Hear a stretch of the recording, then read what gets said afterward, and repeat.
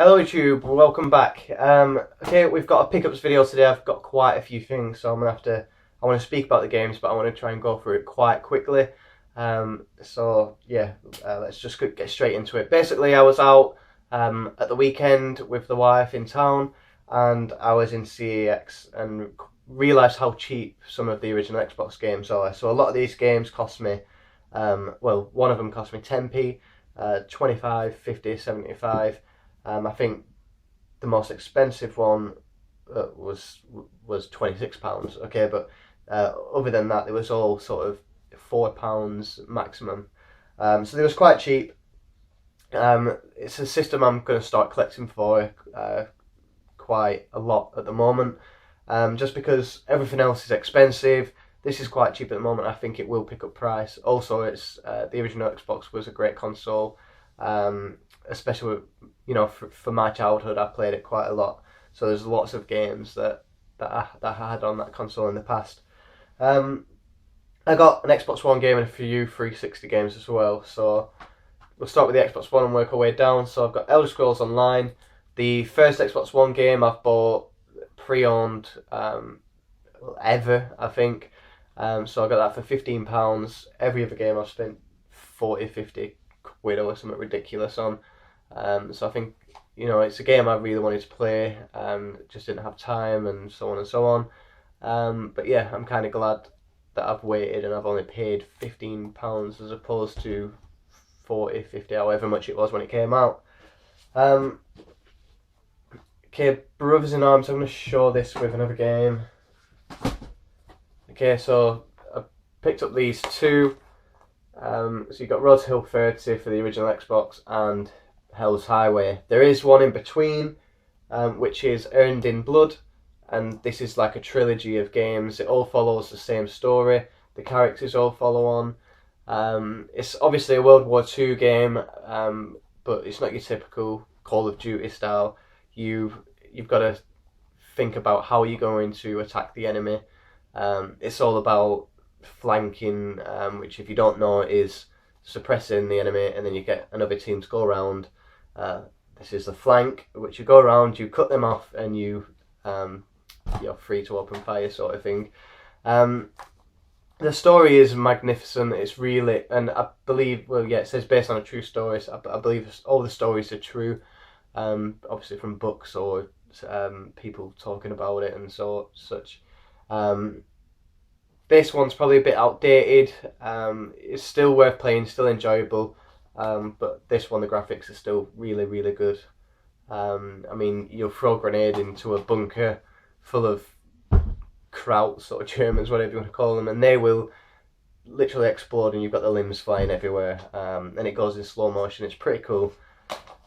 But yeah, I've not played the second one, which is Earned in Blood. I've played this one, and I've played this one, and I've loved them both. So brilliant games, glad to have them both in the collection. If you're into war games and you want something more different than your typical Call of Duty, I'd really recommend going back and playing these games. We've got quite a few steelbooks and stuff. As you know, I'm collecting steelbooks, so we've got some special edition stuff here. Forza Motorsports 2. I'll not say how much I paid for them, because on average they were like I said, pennies up to £7 or so. But yeah, it's in quite good condition. All these outer cases have usually got a few scratches on you. You won't be able to see it, but I can see it obviously through the light. But you've got scratches here, scratches all up and down it. But again, you can only see it if you hold it up to the light, really. It's pretty cool. It comes with a book, which obviously that's the game. It comes with a book which talks about all the different cars, the racetracks. Again, it's not really, it's not a must-have sort of thing, but it's a cool little collector's item, and eventually this will be pretty rare one day, I believe. So I'm trying to get them now so I can have a little special edition shelf in my games room. But yeah, that's Forza 2. Okay, I know I'm rushing through, but I've got a lot of games, so I don't want the video lasting forever. And I know some people are only interested just to see what games there are. This was like £3.50, Gears of War. Again, you've got a sleeve on there. It's got scratches, but again, nothing too crazy. It looks a lot better in just the tin itself, I think, to be honest. But You can't obviously just chuck that away because you need it as part of the package. Okay, these things are pretty rotten, to be honest. So inside, you've got the game, and it's held in a little. You might have seen it before. It's a little thin piece of cord with the discs. It's all tattered around the edges. I can imagine it gets pretty much destroyed, but there's a few other books inside, artwork and stuff like that. But again, yeah, I'm not a big fan of the game, so I won't talk about the game. I've never been able to get into it and play it properly. But yeah, there's another Steelbook that's nice and cheap to add to the collection. And the third one, Mass Effect. I absolutely love this series. Again, I'm going to show you another one. Mass Effect 2. So that's a Steelbook version of Mass Effect 2 and the special limited collector's edition of Mass Effect 1. In 2, you've got the 2 game discs. You need 2 discs for this one, and you've got a bonus disc as well, which I don't really know what's on it because I've not turned it on. But yeah, really brilliant games. I mean, if you've not played these games, I beg you to play them.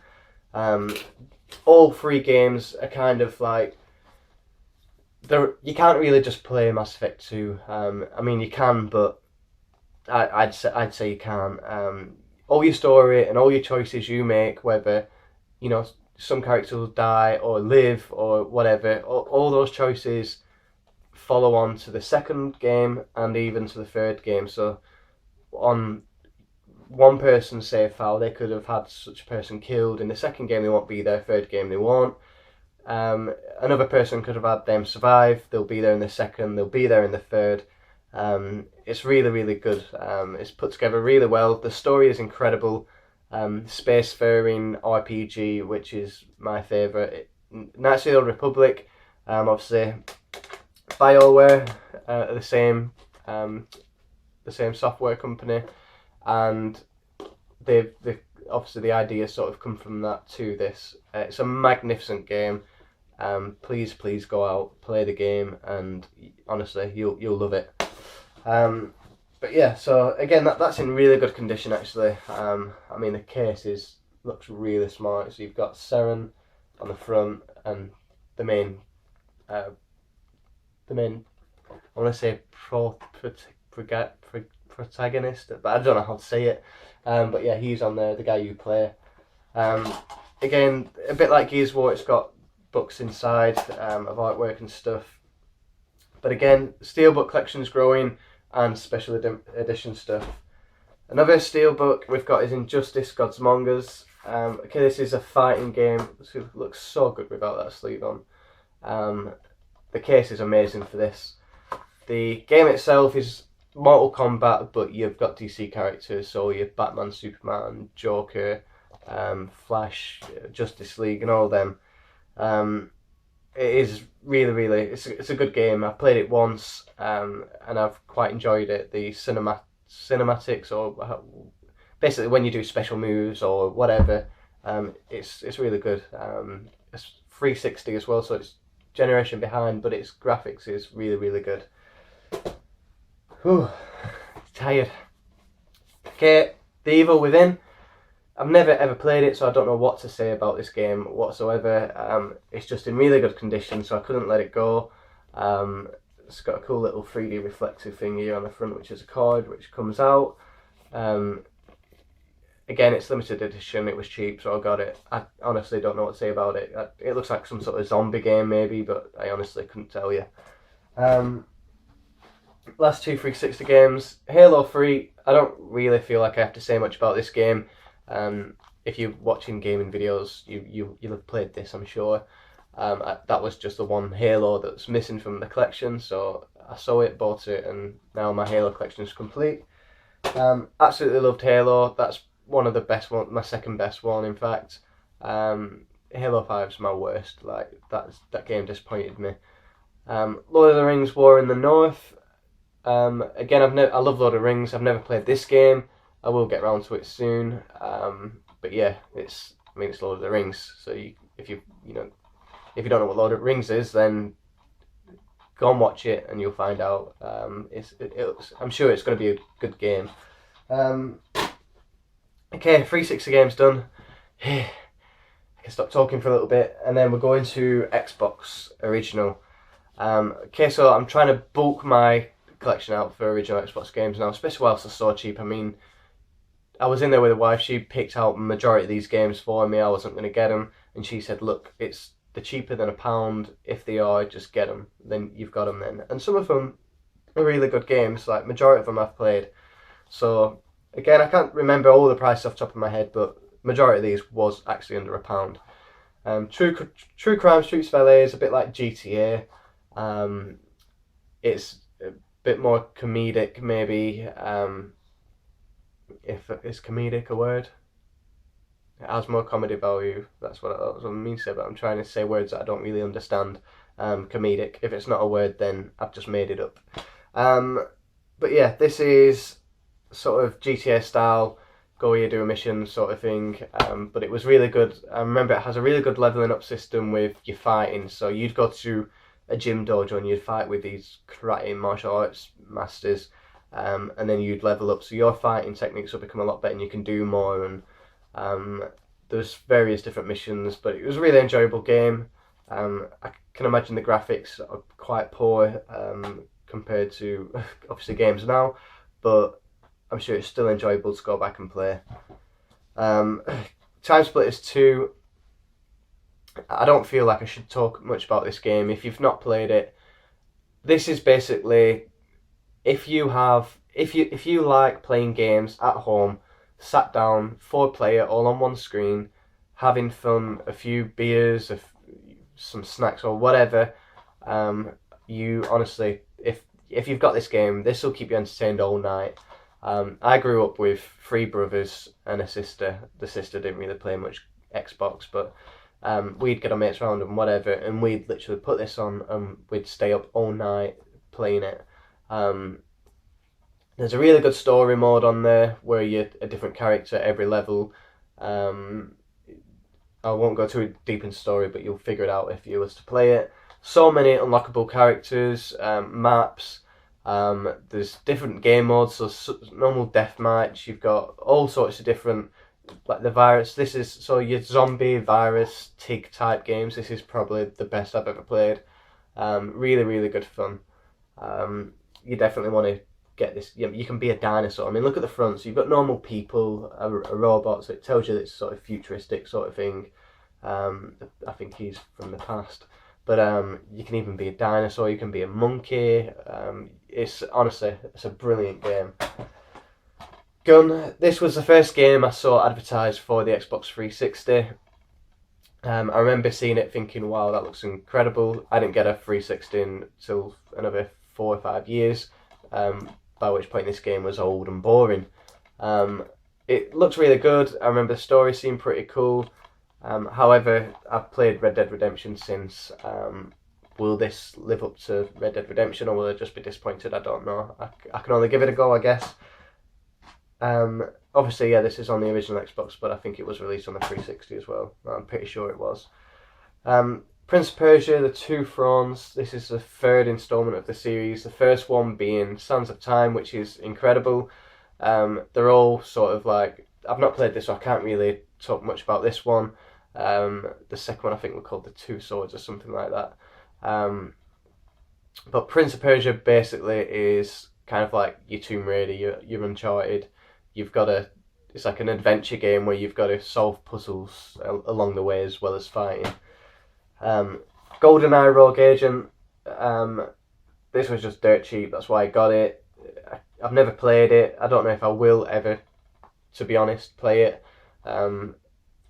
It's definitely not GoldenEye that was released on the N64 or whatever. I don't really know. I've nothing to say about it. It's James Bond. It's GoldenEye. It's on the original Xbox.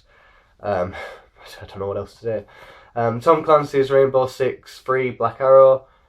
I think I've got about 15 Tom Clancy's games in my collection. I've enjoyed every single Tom Clancy's game I've played. This is one that I didn't have. I recognise all the artwork, so I'm pretty sure I had this when I was younger. And yeah, it's Rainbow Six, so it's not going to be disappointing, is it? You no matter what, you'll enjoy it. Conflict Desert Storm 2, Conflict Vietnam. Okay, so I've got Desert Storm 1, this is the next one, and then they released Vietnam. These two stories follow on from each other in 1 and 2. Really good. You've basically, again, it's more of a modern, so it's like Iraqi war. You've got 4 characters who are all there on the back, and you can choose between those characters. If you play split screen, this is really good. If you play split screen co-op, which this is a perfect game to play co-op for, again, like me, I'd rather sit down with the person I'm playing with in a room. A majority of people will, I know, and play split screen. It's just so much more fun. You've got that contact. But yeah, you get 2 characters each, so you can, you'll have the sniper and the demolitions guy, or the other guy will have such and such. And yeah, it was really interesting. So rather than being the same person with the same attributes and weapons and everything, you could switch between other people. I found myself walking, not a lot, but you'd walk from one area to another. Once you got to that area, there was like, okay, you have to blow this up and you have to kill these people. How do you do it? So you think, right, and you plan how you want to go in. So you can just go in with the guy with the big LMG and just spray everyone, or you can use your sniper, take out the guys in the watchtowers, send your demo in who's like sneaky beaky, plan, come away, boom, and then yeah, it's exciting because again, Call of Duty, it's not just first person shooter where you just shoot everything that's an enemy, just run through, die, respawn, run through, die, respawn. You have to think about the way you're going to complete each mission, which I think is a lot more fun. Vietnam, you've got 4 different characters, but it's all based on the same principle, except quite clearly it's not Iraqi war, it's Vietnam War. They did release Conflict Global Storm after that, which followed on from Desert Storm 2.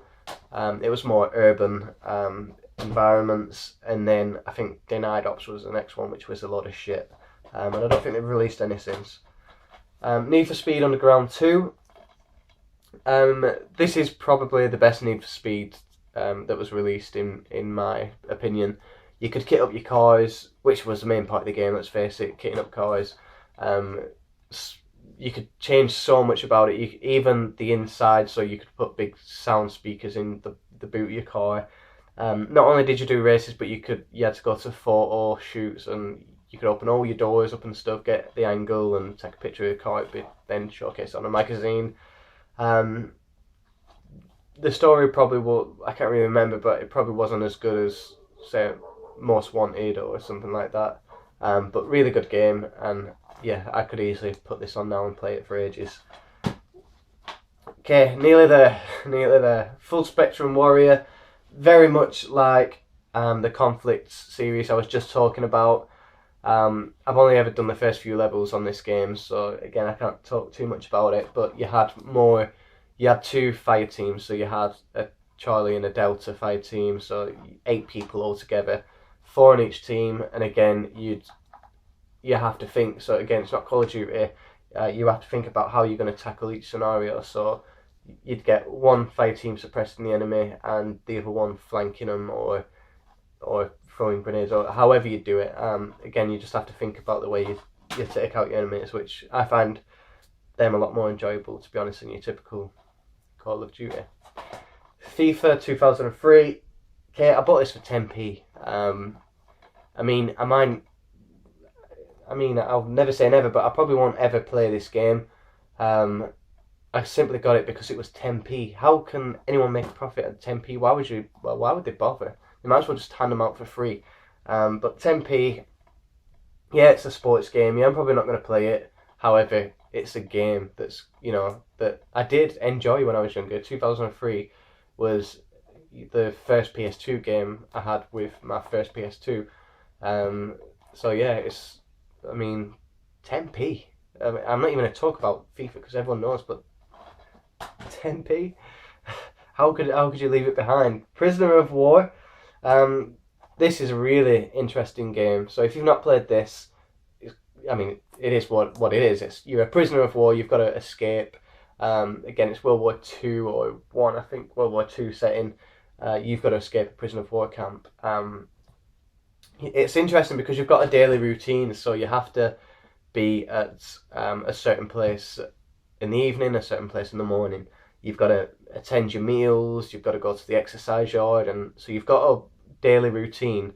However, in the time where you don't have to do anything, you then go and sneak around and try and figure out how to escape. You find bits and pieces that will help you, and it's interesting because it's unlike any other game really. There's not many games that, especially nowadays, that provide such a diverse, a diverse, what am I trying to say, experience. So they're all the same now. It's all just shoot all these people that are going to respawn here, and then once you've done that, go to the next place, kill all them, and that seems to be what it is now. It's disappointing. Okay, I might as well show these two together. We all know I love Star Wars, so I'm gonna buy all the Star Wars games. In fact, I think I've nearly got them all. This was £6. This was £26 or £23. So I spent more money on these two games than the rest of them put together. But Star Wars Republic Commando is your typical Call of Duty first-person shooter game. You do have a bit of, it says here on the back, your squad is your weapon. You command a four-man team, and you can basically give them orders. You can't really say, right, go and do this, go and put kettle on, make a brew, such a thing. It is literally just, they would, a green highlight image sort of thing will appear at a door. You can press A, breach and clear, or you can press A for the next one down, which is throw a grenade and clear sort of thing, or silently open. So there's not much that you can do with your command sort of thing. But the game, however, is brilliant. You see Star Wars from a different perspective, which is incredible. And let's face it, Star Wars, it's always going to be cool. Battlefront 2, I recently got Battlefront 1, and then I've had Battlefront 2 for a while on the PS2, but it didn't work. It was covered in scratches. I got it from Car Boot for like 50p. I did take it to game and spent £5 on getting the laser treatment thing for it, and it made it even worse. It wouldn't load up at all. So I saw this, I left it on the Saturday, we went back in on the Sunday, it was still there, and I couldn't resist. I had to pick it up. Sadly, there's no manual with it, which I didn't realise till I got home. That is a big, that I was gutted. You're probably all looking now going, oh god, bad luck. But the game is incredible. If you've played the Battlefront now, the one that's sort of on the Xbox One, PS4, and you enjoy that, if you was to go back and play this, having never played it before, you honestly, you can do so much more on it. I find it so much more fun. The heroes, for example, both, you've got the Republic era, and you've got the era with the Galactic Empire. So both prequel and sequel storylines. There's a story towards the game. The combat is really good. The multiplayer is fantastic. The space battles. Why are space battles not on the Battlefront now? You literally start in one spaceship. You've got, the big starfighters. So you've got two big starfighters, yours and the enemies. You choose Marine or pilot, get in a plane, a starship, sorry. You'd go out and you can either do all your typical dogfighting, or you've got objectives, so you can take out the shields, you can take out the radar, they've got other ships, sort of support ships, which you can take out. You can land inside your enemy's hangar, get out of your spaceship, and start sabotaging from the inside. It is literally incredible. I've been playing it recently, and I'm having so much more fun on this game as opposed to the original. I've got it here. As just opposed to that. Again, I'm so disappointed with games these days. So they released this with only a handful. For one, this is, sorry, bitching moment. There's only the prequel series on this. So just the Empire, no Republic, no You can't be Obi-Wan or anything like that. Darth Vader and Luke Skywalker are literally the only lightsaber dueling people you can be. Um, the dogfight sort of thing with the spaceships, none of them are in space. They're all above a little town or whatever, and they're just rubbish. They're just boring. You can't play single player typical the way you'd play this. There's no single player campaign. They've just created it for multiplayer, which yeah, it is good, enjoyable, and it's a challenge, but it's missing so much. On this one, you can be Darth Maul, you can be Chewbacca, you can be General Grievous, you can be Obi-Wan, you can literally be every hero villain you can imagine. Yoda, Boba Fett. This one, you've got 6 different people to choose from, 3 good, 3 bad, and then the update comes out, and you're still missing Ben Kenobi, you're still missing Chewbacca, you're still missing, there's other decent characters that you could be, and they give you Greedo, and they give you Nien Nunb, who was in the whole series for like the space of 10 minutes, and doesn't even speak. It just goes, and oh, that I had to do that. I had to bitch about it. If you don't believe me, get these 2 games and just play this shit game and then play this. Honestly, this is amazing compared to this. I believe they're making a Battlefront 2, and that's going to have the new series, so episode 7 onwards. Why could they not just put that in with this? I mean, it wouldn't take, it wouldn't be hard to do. They could do it with that back then, so I'm sure they could do it now with the hardware that they've got. It's simply money. That is literally what it is. So I know I've got the season pass for this, but it is pointless because all the content they're going to bring out is just, it doesn't even change anything. So they brought out free content. You change the skin of Luke Skywalker, so his lightsaber is now blue and he's in a different outfit. Everything else is the same. It's just, wow, it's like big deal. I hate DLC because it's unfinished games to me. They've done this, released it around the time that Star Wars was about to be, as in Episode 7 was released. Got everyone was already hyped up about Star Wars. This comes out, people are like, Battlefront, oh, I remember that game, well good. I spent millions of cash on this garbage, and yeah, the DLC they're coming, they're obviously not interested. They don't care if you enjoy the game or whatever. They're just, right, we made this much money, what can we do now? Bring out Star Wars Battlefront 2 and do it all over again. And I'm an idiot and I will buy Battlefront 2, I know I will. But why could it not be like this one? That's a rant over anyway, but I'm sure there's a lot of people out there who sort of feel the same as me. It's so disappointing. I mean, I literally can spend 10 minutes on that game and I'm bored, whereas I put this one on and I know I could sit there all night. But yeah, that's all the pickups. So I managed to get quite a lot there. I'm quite excited because I can really beef out my collection. I'm going to have to reorganise it all. And I'll probably go in again next month and see if I can do it all over again. If you're a fan of the Xbox you collect for it, as in the original Xbox, I'd recommend going to EX and just literally pick out all the games that are cheap, because I've spent on average £1 per game less if you take away bloody £26, and you have so much fun on these games.